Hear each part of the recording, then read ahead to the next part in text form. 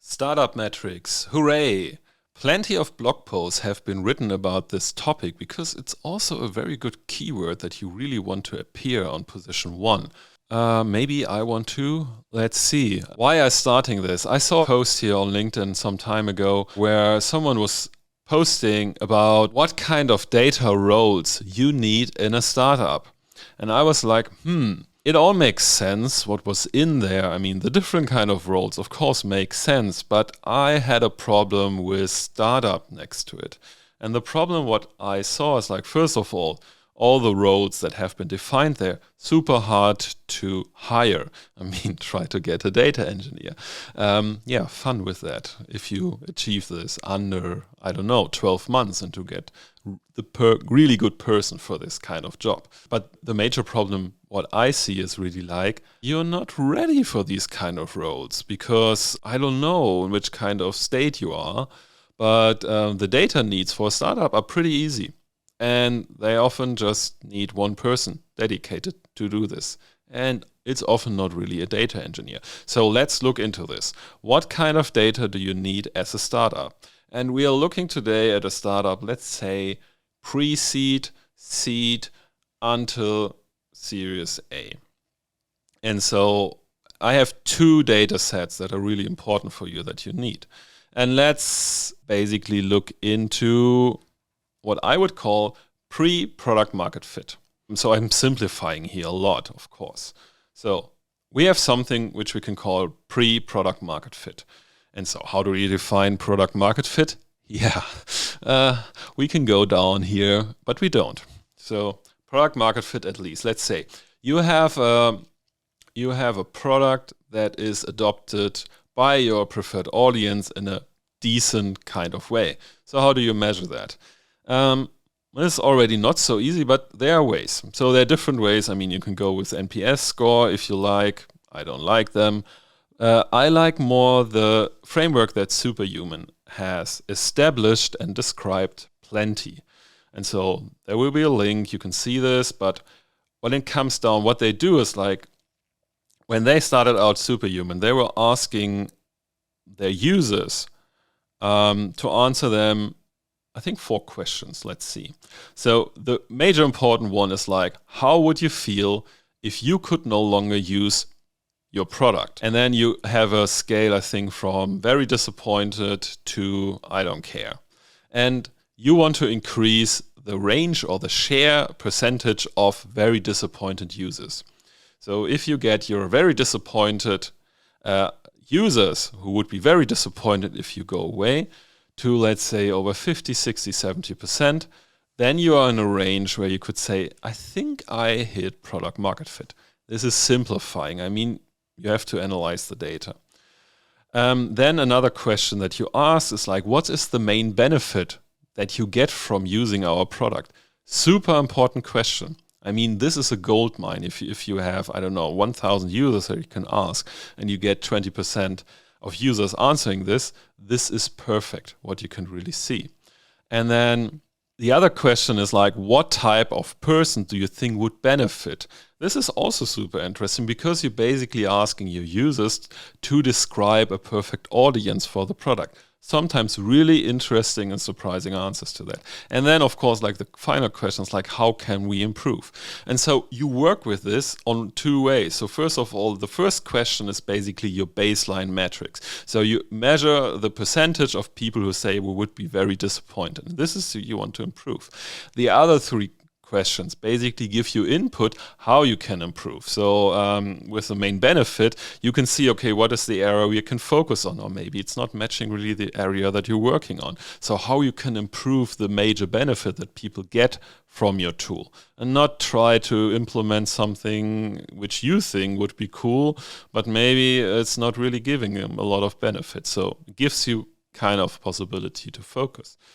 And with the type of person, you can really see, okay, do we show this product to the right audience? Or maybe should we try a different audience?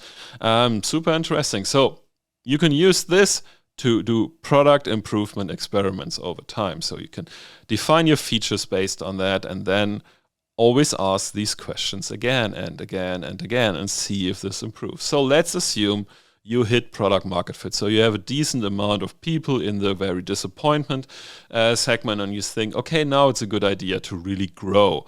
So grow. This is what everyone wants to see.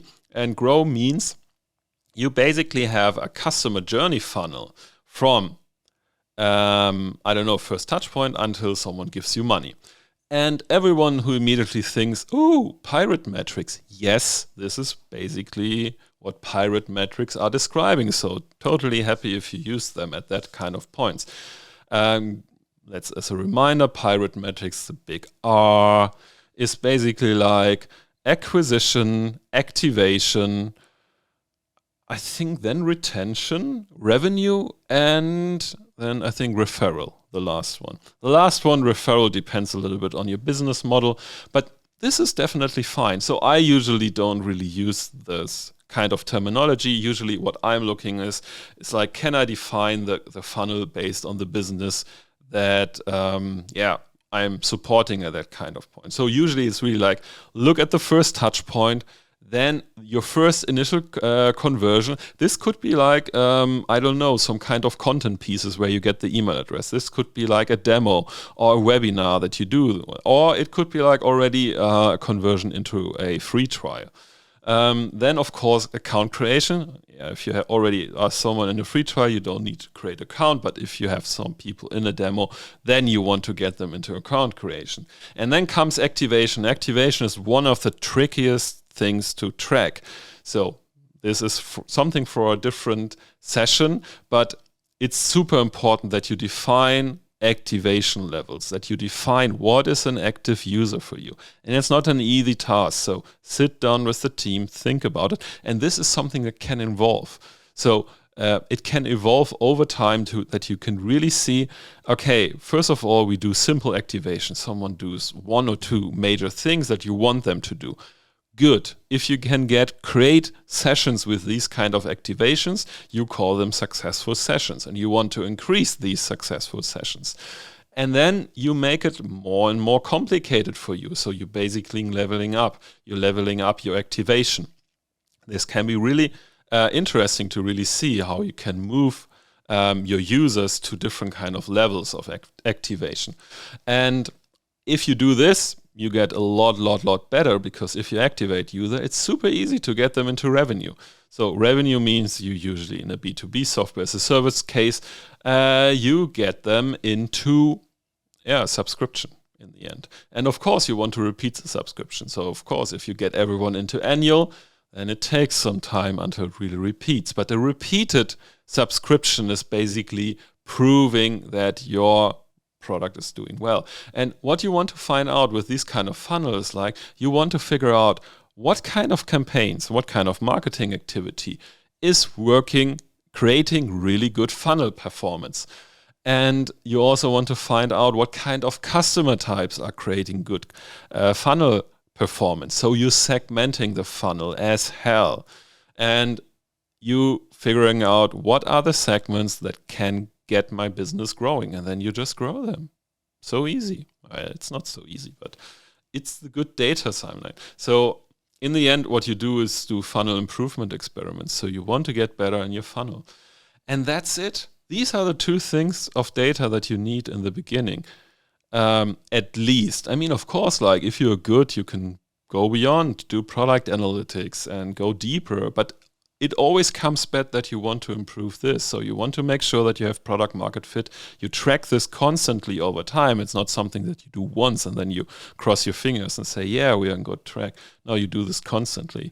And the other thing is like you make sure that you define your typical customer lifetime journey funnel, and then you monitor this constantly over time. This is the first thing you look in the morning, and this is also the thing where you create a cohort about. So you create a cohort for your funnel, and you see how this funnel basically improves with weekly cohorts. So you need to see improvements there over time.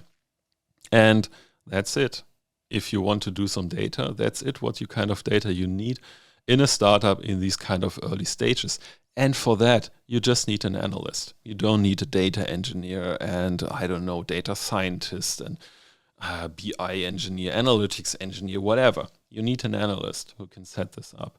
And they can do stuff with SQL on the database to get this. They can introduce something like amplitude, mixed panel, or post hoc. These tools are perfect for these kind of analysis. So that's it. That's your data stack. These are your data persons. Go out, do data, grow your business.